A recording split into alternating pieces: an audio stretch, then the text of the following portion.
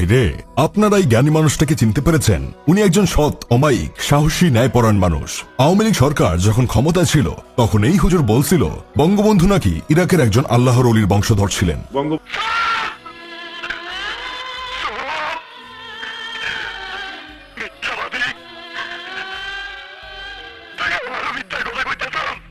বন্ধু তিনি ছিলেন ইরাকের একজন আল্লাহর ওলির বংশধর। শুধু তাই না, এই হুজুর নাকি শুনেছেন বঙ্গবন্ধু গাউসি পাকেরও বংশধর ছিলেন। আপা যখন দেশ ছেড়ে চলে গেল তখন এই হুজুর নগদের উপর পল্টি মারল। এখন হুজুর বয়ান করেন রাজনীতির মাঠ থেকে বিএনপিকে সরানো ষড়যন্ত্র চলছে, আমরা বিএনপির সাথে আছি। বলছিলাম কি হুজুর, এইভাবে খাড়ার উপর নগদে পল্টি মারা কি উচিত হয়েছে? মানবতার আম্মু জাতীয় আপা শেখ হাসিনা যখন ক্ষমতায় ছিল তখন আরেক হুজুর বলেছিল বাংলাদেশে যদি 18 কোটি জনগণ থাকে আর তার মধ্যে যদি 8 কোটি মহিলা থাকে আর সেই 8 কোটি মহিলার মধ্যে যদি 10 জন মহিলা জান্নাতে যায় তার মধ্যে একজন হলো শেখ হাসিনা। 10 জন যদি জান্নাতি মহিলা থাকে এর মধ্যে প্রধানমন্ত্রী শেখ হাসিনা, এই 10 জন জান্নাতি মহিলাদের শেখ আরে বলুন কি 10 জন যদি জান্নাতি মহিলা থাকে এর মধ্যে প্রধানমন্ত্রী শেখ হাসিনা, এই 10 জন জান্নাতি মহিলাদের শেখ হাসিনা যে জান্নাতে যাবে এতে নাকি কোনো সন্দেহ নাই। যদিও আপা দেশ ছেড়ে পালিয়ে যাবার পর এই হুজুর ক্যামেরার সামনে এসে বলেছিলেন উনাকে নাকি আপার গৃহপালিত ঘেউ ঘেউ বাহিনী জিম্মি করে জোর করে এইসব কথা বলিয়েছে। উনি নিজে এইসব বলতে চাননি। এখন ভাই কাকে বিশ্বাস করব? আপা চলে যাবার পর যার যার অবস্থান থেকে সবাই পল্টি মারছে। বাংলাদেশের এককালীন নাম করা ছিদ্রনায়িকা করুণা বিশ্বাস ওরফে অরুণা বিশ্বাস ছাত্র আন্দোলনের সময় বলছিল ছাত্রদের গায়ে গরম পানি ঢেলে দেওয়ার জন্য। জাতীয় আপা শেখ হাসিনা যখন দেশ ছেড়ে পালিয়ে গেল তখন করুণা বিশ্বাস খাড়ার উপরে পল্টি মেরে বলছিল আমি জানতাম না ছাত্রদের উপর এত অত্যাচার হচ্ছে, যদি জানতাম তাহলে আমি বলতাম না ছাত্রদের গায়ে গরম পানি ঢালতে।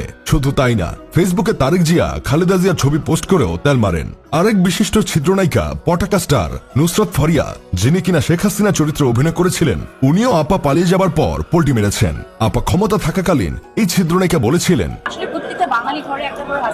প্রতিটা মেয়ের মনেই নাকি একটা করে শেখ হাসিনা বসবাস করে। শুধু তাই না, বিশ্ব চুল ছেঁড়া স্যাটেলাইট বিজ্ঞানী জুনায়েদ আহমেদ পলক স্যারের যখনই মন খারাপ হতো তখনই নাকি এই ছিদ্রনায়িকা কাছে গিয়ে মন ভালো করে দিত। আপা দেশ ছেড়ে চলে যাবার পর খাড়ার উপর পল্টি মেরে নুসরাত ফারিয়া বলেছিলেন আমার ডাকতো বলেই আমি যেতাম, এখন যারা ক্ষমতায় আছে তারাও যদি ডাকে আমি সেখানে যাব।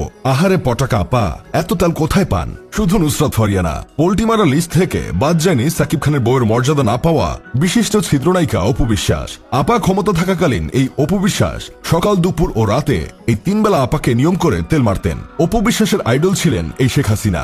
যেখানেই যেতেন সেখানেই আপা আপা নাম জপতেন। শুধু তাই না, আওয়ামী লীগের হয়ে নির্বাচন করতে চেয়েছিলেন, কিন্তু আপা দেশ ছেড়ে চলে যাবার পর সেও নগদে পল্টি মারে। সত্যি বলতে ভাই, আমাদের দেশ থেকে তেলের রাজনীতি কোনোদিন শেষ হবে না।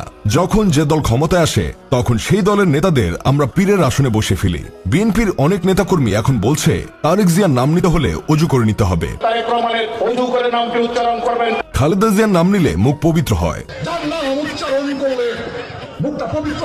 আরো কত কি। আমরা বাঙালিরা এতটাই কিউট যে রাজনীতিতে সুবিধা করার জন্য ধর্মটাকে ঢুকিয়ে ফেলি। ভাই, রাজনীতি রাজনীতির জায়গায় থাকুক আর ধর্ম ধর্মের জায়গায়। আপনারা কেন ধর্মকে নিয়ে যাতা করেন? নিজের মন মতো ফতোয়া বানিয়ে সাধারণ মানুষের ভিতরে কেন বিভ্রান্তি ছড়ান?